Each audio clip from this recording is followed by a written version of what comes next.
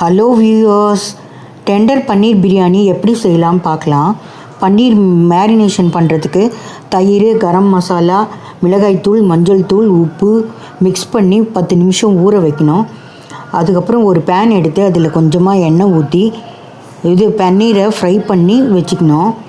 ஒரு குக்கரில் எண்ணெயும் நெய்யும் கலந்து ஊற்றி பட்டை, கிராம்பு, ஏலக்காய், பிரியாணி இலை, கஸ்தூரி மேத்தி, ஆனியன், டொமேட்டோ, புதினா, கொத்தமல்லி, பச்சை மிளகாய், உப்பு, மஞ்சள் தூள், தனி மிளகாய் தூள் எல்லாத்தையும் சேர்த்து ஒன்றா கலந்துக்கலாம். சீரகத்தூள், கரம் மசாலா, அரிசி, பன்னீர்.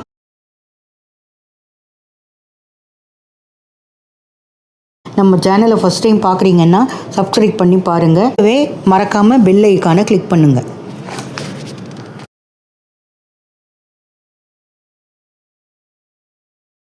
சுவையான பன்னீர் பிரியாணி ரெடி.